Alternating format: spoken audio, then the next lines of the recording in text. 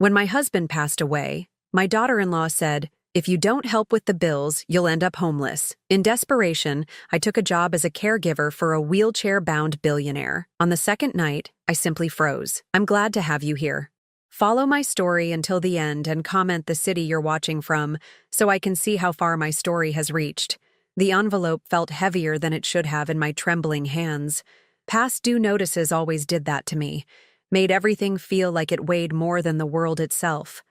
I sat at my small kitchen table, the same one Richard and I had bought 32 years ago at a garage sale, and stared at the red letters stamped across the electric bill. "Margaret, we need to talk." I looked up to see Stephanie standing in my doorway, her perfectly manicured nails drumming against the frame. My daughter-in-law had this way of making even the simplest statement sound like a threat. She'd moved into my house after my son David died 5 years ago, claiming she needed help with the mortgage. At the time, I was so broken by grief that I would have agreed to anything if it meant keeping some connection to my boy. "Of course, sweetheart," I said, quickly shuffling the bills into a neat pile. "Would you like some coffee?" She didn't answer. Instead, she walked to the counter and leaned against it, her arms crossed. Stephanie was beautiful in that sharp, calculated way that made people look twice. Blonde hair always perfectly styled, clothes that probably cost more than my monthly grocery budget. David had been so proud when he married her, convinced he'd won some kind of prize. "I've been thinking about our living situation," she said, her voice cold and businesslike. "It's not working anymore." My stomach dropped. "What do you mean?" "I mean, Margaret, that I can't keep carrying this household financially while you contribute nothing." The words hit me like a slap. "I pay what I can. My pension, your pension barely covers your personal expenses," she interrupted. "The mortgage, utilities, groceries, maintenance. I've been handling everything for 5 years. I'm done." I felt my cheeks burn with shame. She was right, of course. David's death had left me not just emotionally shattered, but financially vulnerable. The life insurance had barely covered the funeral costs, and my teacher's pension, while steady, was modest at best. "What are you saying?" I whispered. Stephanie pushed off from the counter and moved closer, towering over me where I sat. "I'm saying you need to start paying your fair share. Half of everything. Mortgage, utilities, groceries, insurance. That comes to about $1,800 a month. $1,800. I almost laughed at the impossibility of it. My entire pension was barely $1,100. "Stephanie, you know I don't have that kind of money. Maybe we could work out a payment plan or—" "No." Her voice was firm, final. "Either you figure out how to contribute properly, or you'll need to find somewhere else to live." The silence that followed was deafening. I stared at her, searching for any trace of the woman who had once called me Mom, who had cried in my arms at David's funeral, who had promised we'd take care of each other. "You're kicking me out of my own house?" "It's not your house anymore, Margaret. David left everything to me, remember? I've been generous letting you stay this long, but my generosity has limits." My hands shook as I reached for my coffee cup, needing something to hold on to. David had changed his will after they married, putting everything in Stephanie's name for tax purposes, he'd said. I'd never questioned it because I'd never imagined I'd outlive my own son. "How long do I have?" I asked, my voice barely audible. 2 weeks to come up with the money or find alternative arrangements." She turned to leave, then paused at the doorway. "Oh, and Margaret? Don't think about calling my parents or David's cousins. I've already spoken to them. They all agree that you need to learn to stand on your own 2 feet." After she left, I sat in my kitchen for what felt like hours, staring at the bills scattered across the table. At 58, I was too young for most senior living facilities, too old for many jobs, and too poor for almost everything else. The next morning, I found myself at the county employment office, sitting across from a cheerful young woman named Linda, who looked at my resume with barely concealed pity. "Well, Mrs. Hayworth, with your background in education, we might be able to find you some tutoring opportunities, but the pay is quite limited." "I need something that pays well," I interrupted. "Something full-time." Linda's expression grew more concerned. "At your age, and without recent work experience outside of teaching, your options are somewhat restricted." That's when she mentioned the caregiving position. "It's overnight work," she explained, "caring for a gentleman who requires assistance due to mobility issues. The pay is actually quite good, enough to meet your needs, but it's demanding work. Are you comfortable with that type of care?" I thought about Stephanie's ultimatum, about the possibility of losing the only home I'd known for decades, about becoming a burden on relatives who clearly didn't want me. Yes, I said firmly, I can do that. The agency sent me to a massive estate in the hills outside town. The house was like something from a magazine, all glass and steel and perfect landscaping. A housekeeper named Maria met me at the door and explained my duties in broken English. Mr. Richardson, he sleep very little. You stay with him at night. Help him if he need anything. He is, how you say, not happy man since accident. She led me through hallways lined with expensive art to a wing of the house that had clearly been converted for someone with disabilities. Everything was lower, wider, more accessible. He was in terrible car accident 2 years ago, Maria whispered as we walked. Lost use of his legs, some of his memory too. Very sad. He has no family, no visitors, just doctors and nurses and staff. We stopped outside a heavy wooden door. He knows you are coming tonight. I warn you, he is not always friendly. The pain, it makes him angry sometimes. The first night was exactly as difficult as Maria had warned. Mr. Richardson, Richard, he'd told me curtly when I tried to address him formally, was demanding, dismissive, and clearly resentful of needing help. He was probably in his early 60s, with salt and pepper hair and eyes that held a bitterness that seemed to go deeper than his physical injuries. But I needed this job. So I swallowed my pride, helped him when he asked, stayed quiet when he snapped at me, and tried not to take his anger personally. It was during my second night that everything changed. I was organizing his medications when he asked me to help him transfer from his wheelchair to the bed. As I positioned myself to assist him, he looked up at me with those bitter eyes, and I got my first clear look at his face in good light. The medication bottles slipped from my hands, clattering to the floor as my knees gave out beneath me. It couldn't be. It was impossible. But I would have known that face anywhere, even aged and hardened by pain and time. Richard, my husband who had died 30 years ago in a car accident in Germany. The man I had never stopped loving was sitting right in front of me, and he had no idea who I was. Are you having some kind of medical emergency? Richard's voice cut through the ringing in my ears. Should I call for help?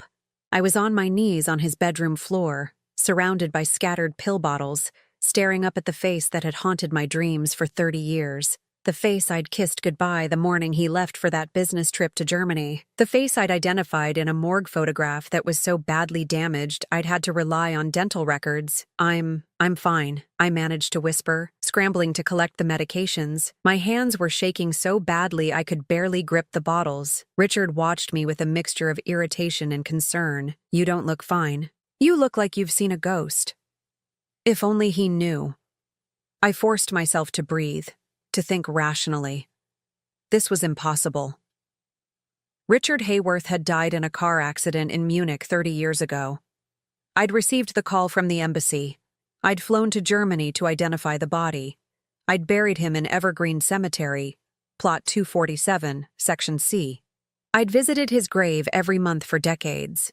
But the man sitting in the wheelchair in front of me had Richard's cleft chin, his distinctive nose that had been broken in high school football, the same scar through his left eyebrow from when he'd fallen off his bike as a child. Details that couldn't be coincidental. I should go get Maria, I said, standing on unsteady legs. No, his voice was sharp. Don't wake her over your clumsiness. Just help me get to bed and we'll pretend this didn't happen. As I assisted him with the transfer, I tried to study his face without being obvious. There were differences, of course. He was older, as we all were. The accident had left him with some facial scarring, and there was a hardness in his expression that the Richard I'd known had never possessed. But the fundamental bone structure, the way his ears sat against his head, the pattern of freckles on his forearms, it was all achingly familiar. How long have you been paralyzed? I asked as I helped him settle into bed. He gave me a sharp look. Is that any of your business? I'm sorry, the agency didn't give me many details about your condition. Richard sighed, suddenly looking exhausted. 2 years. Car accident on the Pacific Coast Highway. Crushed 2 vertebrae, damaged my spinal cord. The doctors say I'm lucky to be alive. My mind raced. 2 years ago would have been 2022.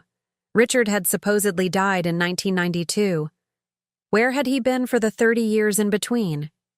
Do you remember the accident clearly? I pressed gently. Not much. I was unconscious for 3 weeks. When I woke up, I had some memory issues. He studied my face. Why are you asking so many questions? Are you some kind of reporter? No, of course not. I'm just making conversation. Well, don't. I don't pay you to chat. I pay you to do your job quietly. I nodded and busied myself organizing his nightstand, but my mind was spinning. Memory issues. That could explain why he didn't recognize me. But it didn't explain how he was alive when I'd buried him 3 decades ago.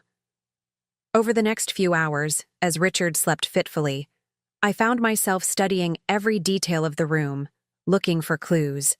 There were no personal photographs, no mementos that might give insight into his life. The art on the walls was expensive but impersonal. The books on his shelves were mostly business and finance texts. When dawn broke, Maria arrived to take over the day shift. I was gathering my things when she pulled me aside. "How was your first night with Mr. Richardson?" "It was educational," I said carefully. "Maria, can I ask you something? How long have you worked for him?" "Almost 2 years, since just after his accident." "Why? Do you know anything about his life before the accident? Family? Friends?" Maria shook her head. "He never talks about before. The lawyers who hired me, they said he has no family. Very sad to be so alone." "Lawyers?" "See, from big firm downtown.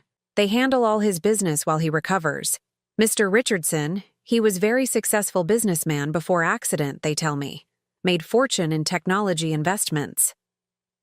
I left the estate that morning with more questions than answers. Instead of going home to face Stephanie's cold stare, I drove to the public library and spent hours on the computer, searching for any information about Richard Richardson. What I found was bizarre.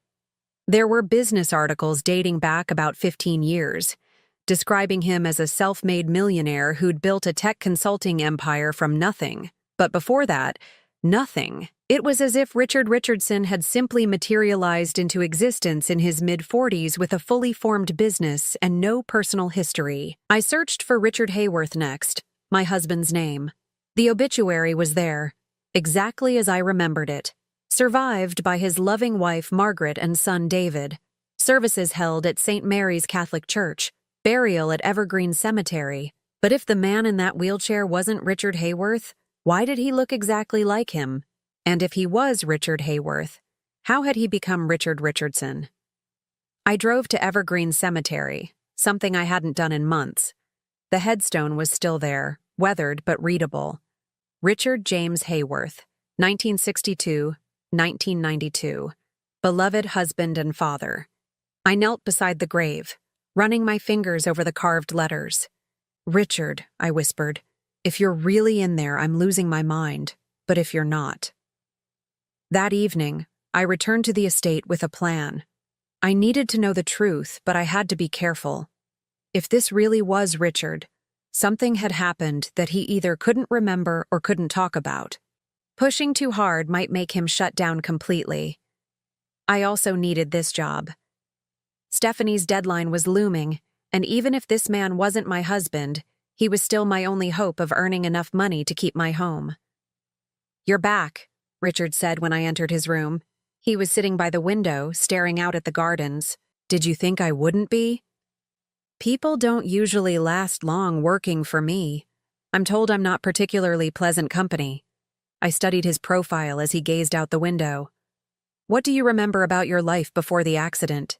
He was quiet for so long I thought he wasn't going to answer. Then he said, "Fragments. Business meetings, numbers, deals. Nothing personal. The doctors said traumatic brain injuries can affect autobiographical memory while leaving other functions intact."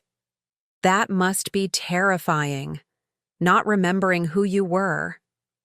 Sometimes I get flashes, a woman's laugh, the smell of coffee brewing, music that sounds familiar but I can't place, but nothing concrete, nothing that helps me understand who I was before I became this. He gestured to his wheelchair. My heart ached for him, whether he was my Richard or not. Maybe the memories will come back gradually, maybe. Or maybe Richard Richardson before the accident is gone forever and this is all that's left. I moved closer to the window, standing beside his chair. Do you ever feel like you've lost something important? Something you can't name but you know it's missing? He looked up at me then, really looked at me, and for a moment, I saw something flicker in his eyes. Recognition? Confusion? Pain? Every day, he said quietly. Every single day I feel like there's a piece of me missing. Something that would make all of this make sense. I reached out without thinking and touched his shoulder gently. I'm sorry. That sounds like a very lonely way to live. He didn't pull away from my touch. Instead, he covered my hand with his own, and I felt the same electric connection I'd felt the first time Richard Hayworth had held my hand 40 years ago. It is lonely, he admitted. Which is probably why I'm telling a complete stranger things I've never told my doctors. But I wasn't a complete stranger. I was the woman who had loved him, married him, lost him, and mourned him for 30 years. And now, impossibly, I was the woman who might get the chance to love him again. If only I could figure out how to help him remember what we'd once meant to each other. Over the next 2 weeks, I developed a routine that felt both natural and heartbreaking. Each night, I would arrive at the estate as the sun was setting, and Richard would be waiting in his study, usually reading or staring out at the gardens. He'd grown less hostile toward me, though he still maintained a careful distance. I started bringing small things with me. Nothing obvious, just items that might trigger memories without seeming deliberate. A thermos of coffee that I'd brew exactly the way Richard used to like it, strong with just a hint of cream.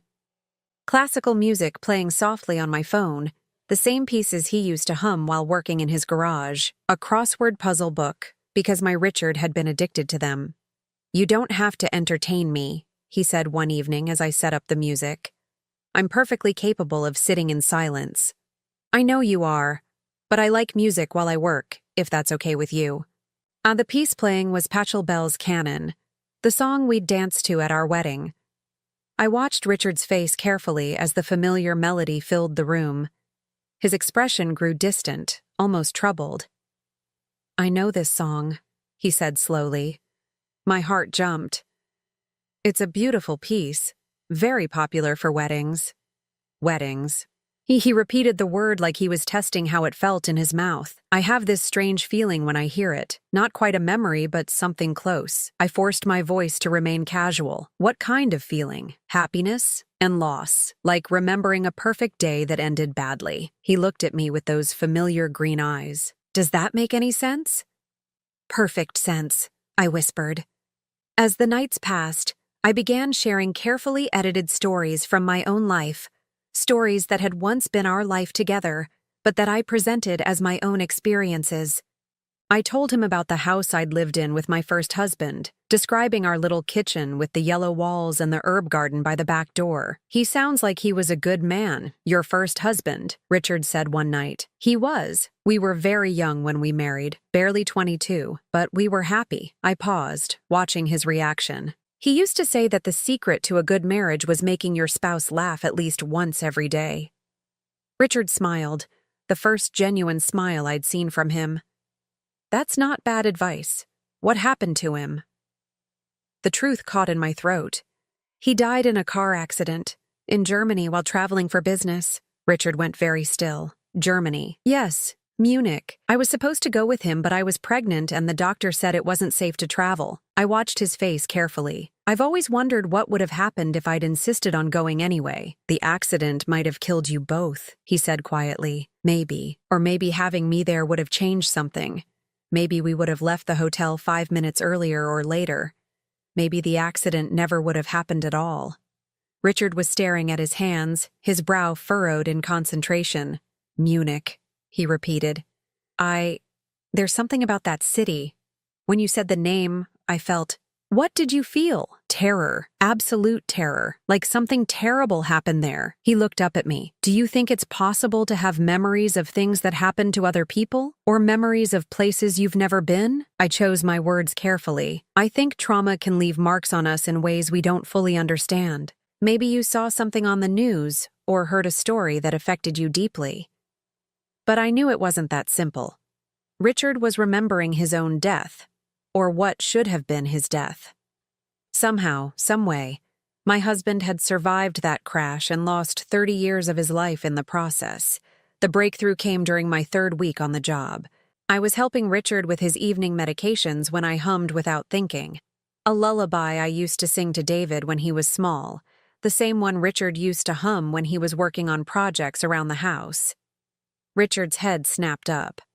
"What was that song?" "I'm sorry, was I humming? I didn't realize." "Sing it again, please." I hesitated, then sang the first few lines of the lullaby. Richard's eyes grew wide, and his hands began to shake. "I know that song," he said urgently. "Not just know it, I can hear someone singing it. A woman's voice. He pressed his palms against his temples. "She's singing to a little boy, a baby." My throat tightened. "What else do you remember?" Hands, small hands touching my face, a laugh, a kitchen with yellow walls. He looked at me desperately. "These aren't my memories, are they? They can't be. I don't have a child." I wanted to tell him everything in that moment. I wanted to show him the pictures in my wallet of David as a baby, as a toddler, as a young man. I wanted to explain that those small hands had been mine, that the laugh he remembered was mine, that the yellow kitchen was ours. Instead, I said gently, "Memory is a strange thing after trauma. Maybe these are fragments of someone else's story that somehow got mixed up with yours." But Richard wasn't buying it. "No, these feel too real, too personal. There's emotion attached to them. Love. Deep, overwhelming love." He grabbed my arm. "Margaret, I think I might have had a family before the accident. A wife. A child. What if they're out there somewhere, not knowing I'm alive?" The irony of his words was like a knife to my heart. His family was right here, had been right here all along, taking care of him without him knowing. "Have you talked to your lawyers about this? Maybe they could help you investigate." Richard shook his head. "I've tried. They say there are no records of any family, no marriage certificate, no birth certificates for children. They insist Richard Richardson has always been a bachelor, but you think Richard Richardson isn't your real name. I'm starting to wonder. These memories, they don't fit with the life everyone says I lived. The business success, the solitary lifestyle, the focus on money over relationships. The man in these fragments isn't like that at all." I stayed with him later than usual that night, sitting beside his bed as he struggled to piece together the puzzle of his identity. Several times he would start to say something, then stop himself, as if the words were right there but just out of reach. "There's something else," he finally said. "In the clearest memory, the woman singing the lullaby. I can see her face, not clearly, but enough to know she was beautiful. Brown hair, kind eyes, and I loved her. God, how I loved her." I had to look away before he could see the tears in my eyes. "She sounds wonderful," I managed. "I keep thinking I'll see her again someday, that she'll walk through a door and everything will make sense again." He laughed bitterly. "Foolish, isn't it? Fantasizing about a woman who might not even exist. It's not foolish. Hope never is." The next morning, as I was preparing to leave, Richard called out to me. "Margaret, wait." I turned back to find him wheeling his chair toward me, something determined in his expression. "I want to try something. It might sound crazy, but I need to know." "What kind of something?" "I want you to touch my face, the way the woman in my memory did." My breath caught. "Richard, I don't think that's appropriate. I'm your caregiver, and please, I know it's strange, but something about you. From the first night you were here, I've felt like I should know you, like you're important somehow." With trembling hands, I reached up and gently cupped his face, my thumbs tracing the familiar contours of his cheekbones. His eyes fluttered closed, and I saw his breathing change. "My God," he whispered, "it's you. You're the woman in the memories." For a moment, hope flared in my chest. But then his eyes opened, and I saw confusion there instead of recognition. "But that's impossible," he continued. You're my caregiver. We just met 3 weeks ago. Unless what? Unless you're not who you say you are either. The walls I'd built around the truth were starting to crumble, and I wasn't sure if I was ready for what would happen when they finally fell completely. I barely slept that day. Richard's words echoed in my mind. Unless you're not who you say you are either. He was so close to the truth, and I was terrified of what would happen when he found it. When I arrived at the estate that evening, I found Richard in his study, but he wasn't alone. A man in an expensive suit was sitting across from him, a briefcase open on the desk between them. Margaret, Richard said when he saw me. This is Mr. Patterson, my attorney. I've asked him to do some research. Patterson stood and shook my hand with the kind of grip that was meant to intimidate. Ms. Hayworth, Mr. Richardson has some questions about his past that we're hoping you might be able to help with. My stomach dropped. I'm not sure how I could help. I only met Mr. Richardson a few weeks ago.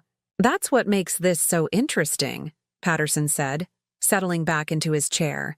You see, we've been investigating Mr. Richardson's memories, the ones that have been surfacing recently, and we've made some fascinating discoveries. Richard was watching me intently. Margaret, what's your full name? Margaret Hayworth. And your first husband's name? My mouth felt dry. Richard Hayworth. Patterson pulled a file from his briefcase. Here's where things get complicated, Ms. Hayworth. We've found records of a Richard Hayworth who died in Munich in 1992, survived by his wife Margaret and son David. But we've also found something else. He handed me a photograph, and my world tilted. It was a driver's license photo, clearly taken in the mid-1990s. The name read Richard Richardson, but the face was unmistakably my husband's, just a few years older than when I'd last seen him alive. Where did you get this? I whispered. From the California DMV, Patterson said. It seems that in 1993, 1 year after Richard Hayworth supposedly died, a man named Richard Richardson applied for a driver's license using a birth certificate that we now know was fraudulent. Richard was staring at the photograph with a mixture of recognition and horror. That's me, but I don't remember taking this picture. I don't remember anything from the 90s. I sank into the nearest chair, the photograph trembling in my hands. This is impossible. Actually, Patterson continued, it's quite possible if you know how these things work. Identity theft, witness protection, deliberate disappearance. There are many reasons someone might assume a new identity. But why? Richard demanded. Why would I fake my own death? Why would I abandon my family? Patterson looked at me meaningfully. That's what we were hoping Ms. Hayworth could tell us, since it appears her husband didn't actually die in that car accident. The room was spinning. All these weeks of carefully managing the truth, and now it was exploding around me like shrapnel. I need to explain, I said quietly. Richard wheeled his chair closer to me. Start from the beginning, and this time, tell me everything. I took a shaky breath. 30 years ago, you left for a business trip to Munich. 3 days later, I got a call from the State Department saying you'd been killed in a car accident. The body was badly damaged. I identified you through dental records and personal effects, but it wasn't me. Apparently not. I buried someone else, mourned someone else, raised our son alone believing his father was dead. Richard's face had gone very pale. Our son, David, the little boy in my memories. I nodded, tears starting to fall. He died 5 years ago, cancer. He never knew his father was alive. The silence that followed was deafening. Richard stared at me with an expression I couldn't read. Shock, anger, grief, all mixed together. You knew, he said finally. That first night, when you saw me, you knew who I was. Yes, and you said nothing. What was I supposed to say? Richard, you were dead. I buried you. I grieved you. I moved on with my life because I had no choice. And then suddenly you're here, calling yourself by a different name, with no memory of me or David or the life we shared. Patterson cleared his throat. If I may interrupt, there's more. We've traced Mr. Richardson's financial history, the business empire, the investments. It all started with a significant cash deposit in 1994, almost like someone was starting over with a substantial nest egg. Richard rubbed his temples. I don't understand any of this. If I'm really Richard Hayworth, Why don't I remember? And why would I have left my family? Maybe you didn't leave voluntarily, I said, the thought occurring to me for the first time. Maybe something happened in Munich. Maybe someone forced you to disappear. Or maybe, Richard said bitterly, I was just a coward who wanted out of his responsibilities. No. The word came out sharper than I intended. The Richard I married would never have abandoned his family. Never. Which means something else happened. Something that made you disappear and lose your memories. Patterson was taking notes. We'll need to investigate further. Look into what actually happened in Munich, who the real victim was, how Mr. Richardson obtained his new identity. I don't want investigations, Richard said suddenly. I want to remember. I want to understand how I could have forgotten the most important things in my life. He looked at me directly, and I saw something in his eyes that hadn't been there before. Not recognition exactly, but acceptance. Tell me about our life together, he said. All of it. Maybe if I hear our story, it will help bring back what I've lost. So I told him. I told him about meeting in college, about our first kiss under the oak tree by the library. I told him about our tiny wedding with just 12 guests, about the apartment with the leaky faucet that he could never quite fix. I told him about the night David was born, how Richard had cried when he first held his son. I told him about the mornings when he would make coffee and hum that lullaby, about how he always left little notes in my lunch bag when I was student teaching. I told him about his dreams of starting his own consulting firm, about the trip to Germany that was supposed to be his big break. You were everything to me, I finished. You and David. When I lost you both, I thought my life was over. Richard had been silent throughout my recitation, his eyes closed, as if he was trying to will the memories back into existence. I can feel it, he said finally. Not clear memories, but emotions. Love. Such overwhelming love for you and for David. And guilt. Terrible guilt about something. What kind of guilt? I don't know, but it's connected to why I left. I'm certain of that now. Patterson stood up, closing his briefcase. I'll continue the investigation on my end. In the meantime, perhaps spending time together will help recover more memories. After he left, Richard and I sat in silence for a long time. Finally, he spoke. I'm sorry. For what? For leaving you. For abandoning David. For not being there when you needed me. His voice broke. Even if I can't remember why I did it, I know that losing me must have destroyed you. I moved to kneel beside his wheelchair, taking his hands in mine. You're here now. That's what matters. But am I? Am I really the man you married, or am I just a stranger wearing his face? I looked into his eyes, seeing past the years and the pain and the confusion to something deeper, something that had never changed. You're Richard, I said with absolute certainty. You're my Richard, and I'm going to help you remember everything we had together. He squeezed my hands, and for the first time since I'd found him again, I saw hope in his expression. Where do we start? I smiled through my tears. We start by going home. The next evening, I arrived at Richard's estate with a box of photo albums and mementos I'd kept stored in my closet for decades. My heart was lighter than it had been in years. Richard was my husband. He was alive, and slowly but surely, he was coming back to me. What I didn't expect was to find Stephanie sitting in Richard's study, her perfectly manicured hands folded in her lap, wearing the kind of smile that had always made my skin crawl. Hello, Margaret, she said sweetly. Richard and I have been having the most interesting conversation. Richard's expression was guarded, confused. He looked between Stephanie and me like he was trying to solve a puzzle with missing pieces. Margaret, he said slowly, your daughter-in-law has told me some disturbing things about your marriage to me. To Richard Hayworth. My stomach dropped. What kind of things? Stephanie stood up gracefully, smoothing her skirt. I simply shared some family history that I thought Richard should know. About how unhappy you were in your first marriage. About how you used to complain that Richard Hayworth was holding you back from your dreams. That's not true, isn't it? Stephanie tilted her head, feigning concern. Margaret, you told me yourself that you only married Richard because you were pregnant, that if David hadn't come along, you would have left him years earlier. I felt the blood drain from my face. I had said something like that, but not in the way she was implying. It had been during one of our rare heart-to-heart conversations after David's funeral, when I was drowning in grief and guilt. I'd wondered aloud if Richard and I would have stayed together without David to bind us, if we would have grown apart naturally, rather than being torn apart by tragedy. It had been the rambling thoughts of a grieving mother, not a declaration of how I'd actually felt. "You're twisting my words," I said. "Am I? Because I also remember you mentioning how relieved you were when Richard died, how it freed you from a marriage that had become suffocating."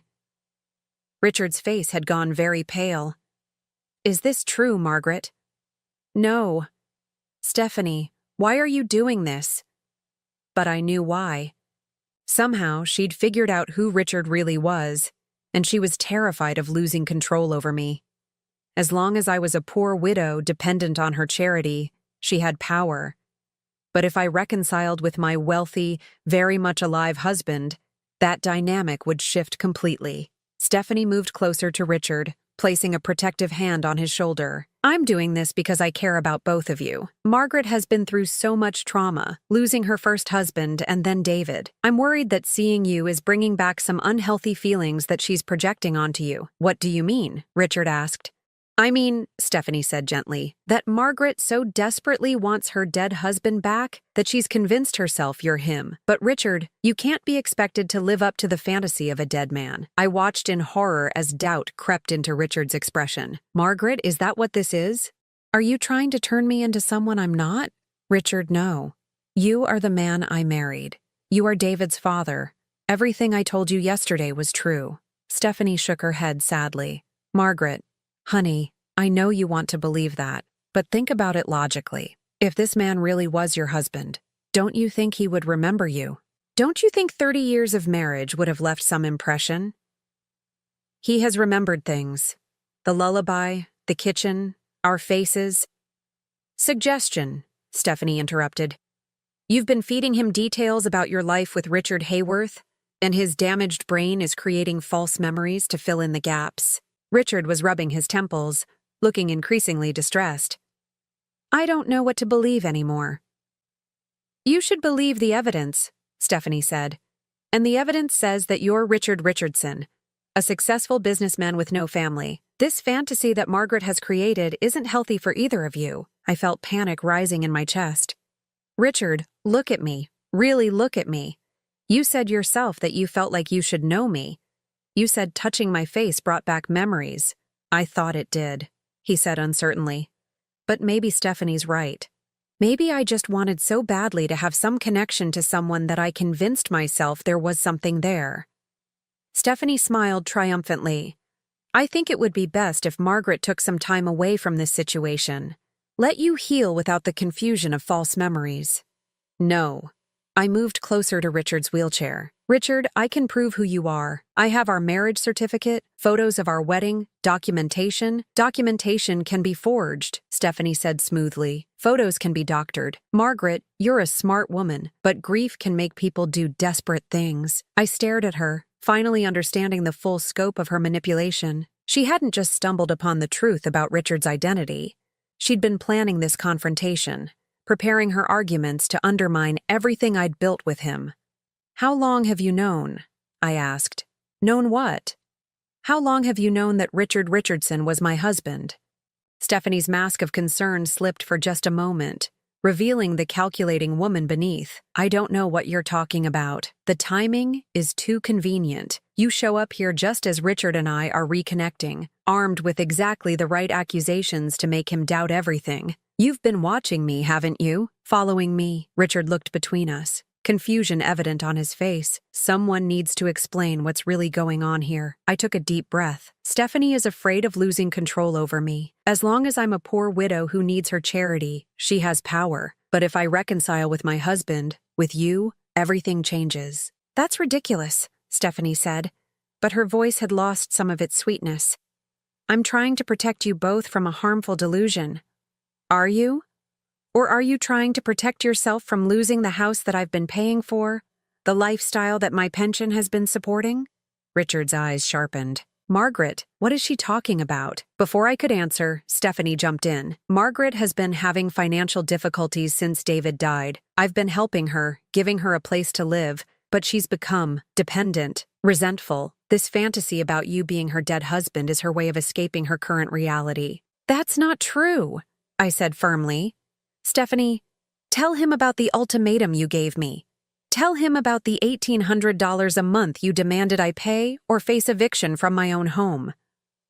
Stephanie's composure cracked further. That's not how it happened. Isn't it? Tell him how you threatened to throw me out if I couldn't contribute more financially. Tell him how that threat is what forced me to take this job in the first place. Richard was looking at Stephanie with new eyes now. Is this true? Margaret is. She's confused. Grief affects people differently. Stop lying. The words came out sharper than I intended. Richard, this woman has been extorting me for years. She inherited everything when David died, and she's used that power to control and humiliate me. The only reason she's here now is because she's realized that if you and I reconnect, her meal ticket disappears. Stephanie's face had gone red. You ungrateful, she caught herself, but not before Richard heard the venom in her voice. I think, Richard said quietly, that you should leave, Stephanie. Richard, you're making a mistake. This woman is manipulating you. Get out. His voice was cold, authoritative. Now.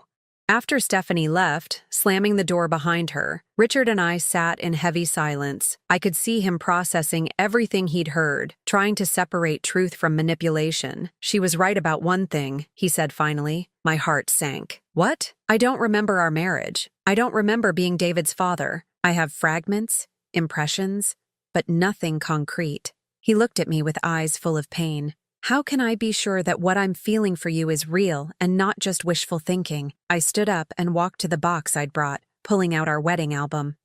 With trembling hands, I opened it to the first page. A photo of Richard and me cutting our wedding cake, both of us laughing at something someone had said. Look at this picture, I said, sitting beside him. Really look at it. Richard studied the photograph for a long time. I watched his expression change, saw something shift in his eyes. We look happy, he said softly. We were so young and so sure that love could conquer anything. I turned the page. This is from our honeymoon. Remember how it rained the entire week? No, he paused, staring at a photo of us standing under an umbrella, both soaked but grinning. Wait, there was something about rain, about being stuck inside a cabin, playing cards, and making grilled cheese sandwiches on the fireplace grate because the power went out. I finished. Richard's eyes widened. Oh my God. I remember that. I remember burning the first batch and you laughing so hard you couldn't breathe. I felt tears of relief streaming down my face. You're coming back to me. He reached over and took my hand, his grip strong and sure. I'm trying. God help me. I'm trying. But even as we looked through the photos together, even as more memories began to surface, I couldn't shake the feeling that Stephanie wasn't finished with us. She had too much to lose to give up easily, and I was right to be worried, because the next morning, I would discover just how far she was willing to go to destroy what Richard and I were rebuilding. I woke up to my phone ringing at 6 a.m. Through my grogginess, I saw Richard's name on the screen and answered immediately, fearing something had happened. Margaret, you need to get here now. His voice was tense, urgent. Stephanie came back. She brought lawyers. I threw on clothes and drove to the estate faster than I'd ever driven in my life. When I arrived, I found 3 black cars in the driveway and voices coming from Richard's study, angry, argumentative voices. Maria met me at the door, her face pale with worry. Miss Margaret, they say Mr. Richardson is not who he says he is. They have papers, official things. They want to take him away. My blood turned to ice. I rushed to the study where I found Richard surrounded by men in expensive suits. Stephanie stood behind them, wearing an expression of smug satisfaction. Ah, Mrs. Hayworth, one of the lawyers said when he saw me. Perfect timing. We were just explaining to Mr. Richardson here that there are serious questions about his identity and mental competency. What are you talking about? I demanded. Stephanie stepped forward, holding a thick file. I did some research after our conversation yesterday, Margaret, and I discovered some very interesting things about Richard Richardson's medical history. She opened the file with theatrical precision. It seems that Mr.